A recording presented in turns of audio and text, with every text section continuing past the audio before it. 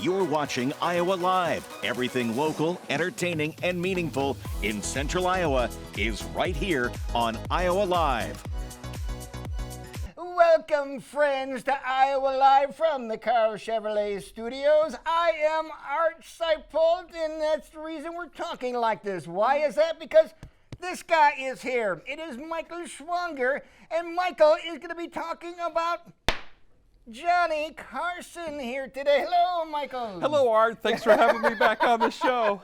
Welcome, everybody. For those people that were fans of the king of late night TV, Johnny Carson, man, this issue of the Iowa History Journal is all for them. It is, and if they know about Art Fern and Karnak the Magnificent and Aunt Flabby, on and on and on. It goes on and on. Then they're really going to enjoy this story. This is really cool, and something that people, I hope you realize when we're talking about Johnny Carson, this is an Iowan, right? That's right. We are celebrating the centennial of Johnny's birth in Corning, Iowa, October 23rd, 1925. Wow. A Century of Carson, written by our good friend, the Professor Jeff Stein.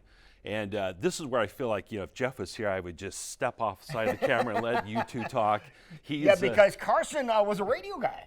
He was. For a while, yeah. That's right. He started in radio in Omaha, and then before we know it, he was hosting television and became the best of what he was doing. So, yeah, Jeff pinned a wonderful story about really wrapping his arms around the Tonight Show and Johnny's presence on the Tonight Show in terms of what he did, how he took the best of Steve Allen and Jack Parr and made his own show and created the blueprint for late night talk shows that we see today.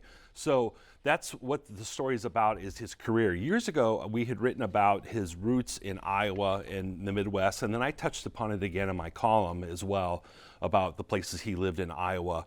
But yeah, he was born in Corning in 1925. He lived there for a few years. His family moved around. They moved to Red Oak and Avoca and Clarinda, and those childhood homes are still there. Now, in Corning, it's the Johnny Carson Birthplace Society home, and you can visit that home, and that's open to the public. That's awesome.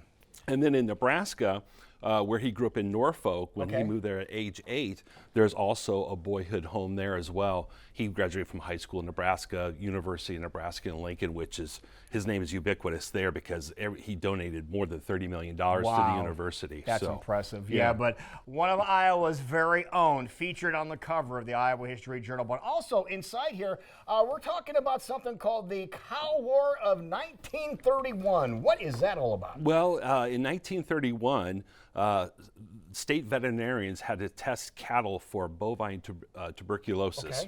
And so there was a lot of confrontation with farmers in terms of having their cattle tested, because if the cattle were bad, they had to put them down, and the disease could be spread through through the cattle. So it became quite escalated, and the governor, Dan Turner, had to call in the Iowa National Guard to protect the veterinarians to do their job. But it wasn't just in Cedar County, it was in other counties too. And Jerome Thompson, the former State Historical Society of Iowa's curator, wrote the first of his 2-part series in this issue about it. And in the next issue, he's going to delve more into some of the other areas where it took place and the cost of it. It was very interesting. It was one of the handful of times that the governor had to call up the guard during the 1930s to settle civil unrest. Wow. And even more inside of this edition of the Iowa History Journal, talking about UNI football and another article put together by a radio guy. Well, Tim Harwood, Jeff's peer. So we're kind of turning it over to the guys up north there a little bit today. But